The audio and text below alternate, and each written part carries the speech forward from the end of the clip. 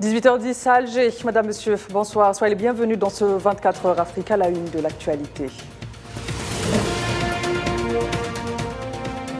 Les premiers résultats de l'enquête sur la rupture des 2 barrages de Derna en Libye favorisent la piste de la négligence, a fait savoir le procureur général.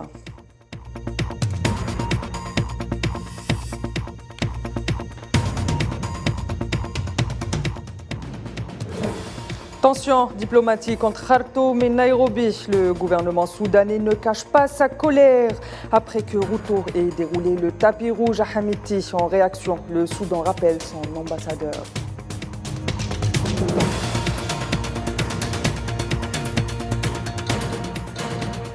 Abcès sécuritaire au Mozambique, une attaque terroriste dans le nord-est fait au moins 3 morts.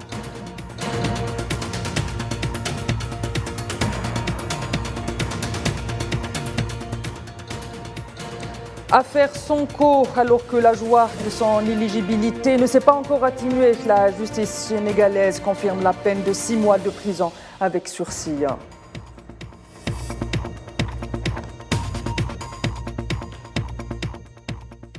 Près de 4 mois donc après la catastrophe de Derna dans l'est de la Libye, faisant au moins 11 000 morts, le procureur général atteste que la tragédie aurait pu être évitée, mettant en avant la négligence comme principale cause de la catastrophe.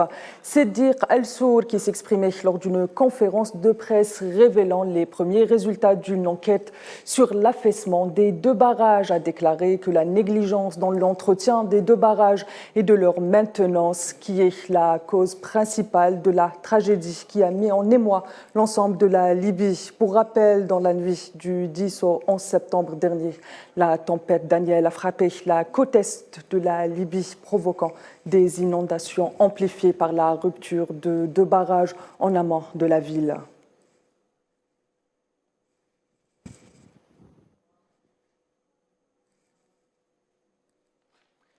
Dans le dossier soudanais, le secrétaire adjoint aux affaires humanitaires des Nations Unies, Martin Griffiths, a appelé jeudi à une action urgente au cours de la nouvelle année pour mettre fin au conflit dévastateur au Soudan. Déplorant la situation humanitaire de plus en plus alarmante, Griffiths a appelé la communauté internationale, en particulier les pays qui ont une influence sur les parties au conflit, à prendre des mesures décisives et immédiates pour faire au combat et protéger les opérations humanitaires visant à fournir de l'aide aux populations. Comme vous le savez, depuis 9 mois, le Soudan fait face à un conflit violent entre l'armée du pays et les forces de soutien rapide.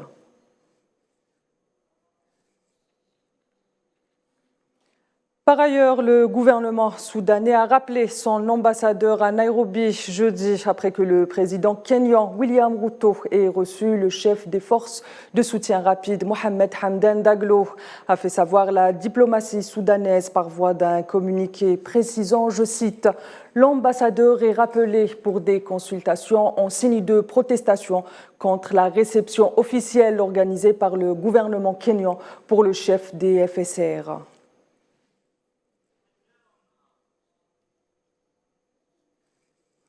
Sécurité au Burkina Faso, les forces armées burkinabées ont neutralisé une colonne terroriste et déjoué une attaque d'envergure à Nassumbu, dans le nord du pays, a rapporté l'agence d'information du Burkina, qui précise que ces terroristes en provenance de la frontière malienne déferlés dans la zone de Nassumbu ont été neutralisés par un appui aérien, ajoutant que du matériel a également été saisi.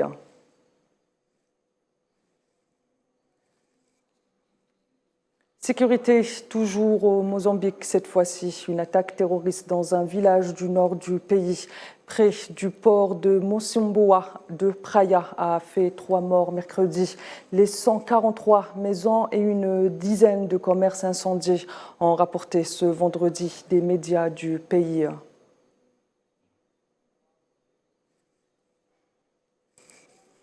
Nouveau rebondissement dans le feuilleton judiciaire d'Ousmane Sonko. La justice sénégalaise a finalement confirmé la peine de 6 mois de prison avec sursis et décidé en appel en mai dernier un verdict qui pourrait rendre Ousmane Sonko inéligible à la prochaine présidentielle prévue en février prochain. Aujourd'hui, on peut en fait aller en acte en besogne et dire que compte tenu du fait que la loi électorale dit que toute personne condamnée pour un délit de 3 mois avec sursis à 6 mois avec sursis, n'est-ce pas, entre dans un cas d'inéligibilité. Alors là, on tire une conclusion active. Mais moi, je reste un juriste. Si en fait la loi électorale le dit, ce n'est pas automatique. Et là, chacun en tirera les conséquences.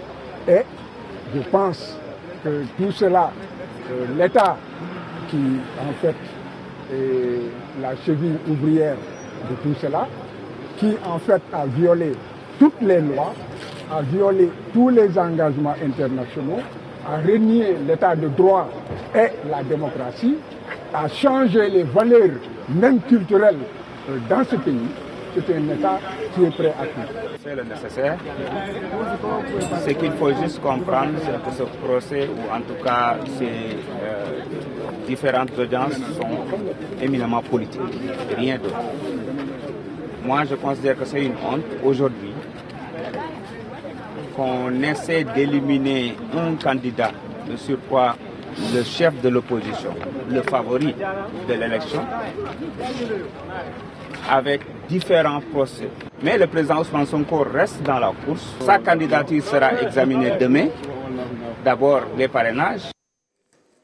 Pas de surprise pour les Malgaches à la primature. En effet, le président réélu en décembre dernier, Andry Rajoelina, reconduit Christian Ntey au poste de Premier ministre. Ntey a occupé déjà ce poste quand Rajoelina est arrivé au pouvoir en 2019.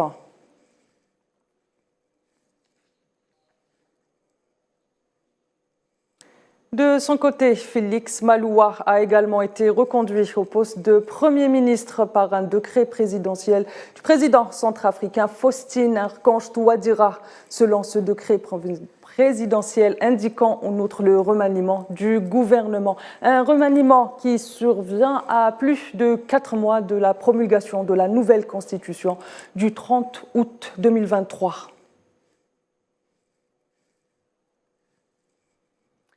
L'ancien ministre gambien de l'Intérieur, Ousmane Sonko, est inculpé de crimes contre l'humanité par la justice suisse. Selon les médias, le procès s'ouvrira le 7 janvier prochain. Pour rappel, la plainte est liée à des actes de torture, d'enlèvement et d'exécution extrajudiciaire entre 2000 et 2016, lorsque l'ancien Premier ministre était au gouvernement de Yahya Jammeh.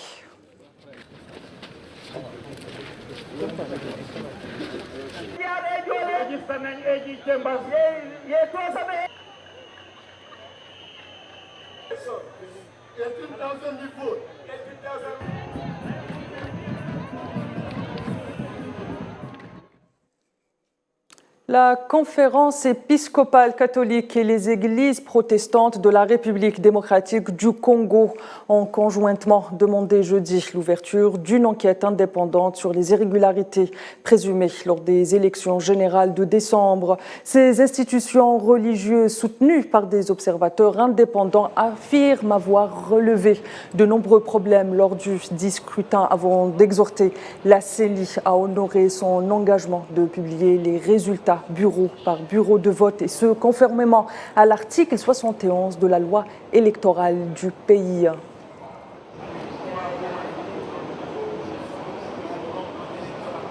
Et plus acceptable.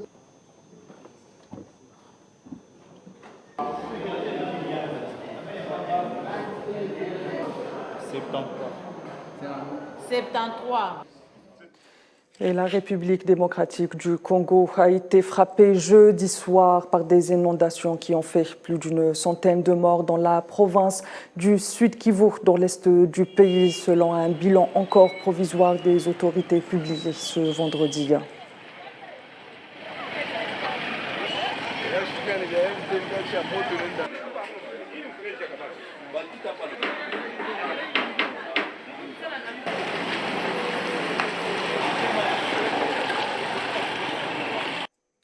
Oscar Pistorius, ancien champion paralympique, a été remis en liberté conditionnelle ce vendredi. Après 11 ans passés en prison pour le meurtre de sa compagne, la famille de sa compagne s'est indignée de cette décision judiciaire. Cette libération vient raviver de vives tensions entre les détracteurs et les sympathisants de Pistorius.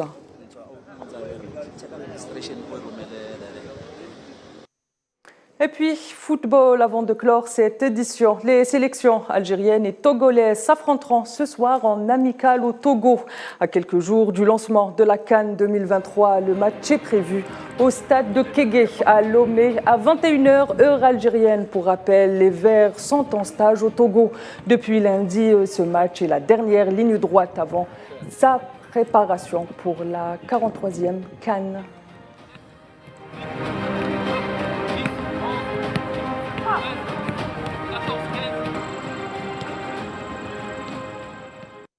Et évidemment, Madame, Monsieur, nous allons suivre tout au long de ces matchs la CAN, la 43e édition de la CAN. Madame, Monsieur, c'est ainsi que s'achève cette édition. Vous retrouverez à 19h Abdelkader Idrieff pour le 19 Info. Quant à moi, je vous retrouve la semaine prochaine et d'ici là, prenez soin de vous.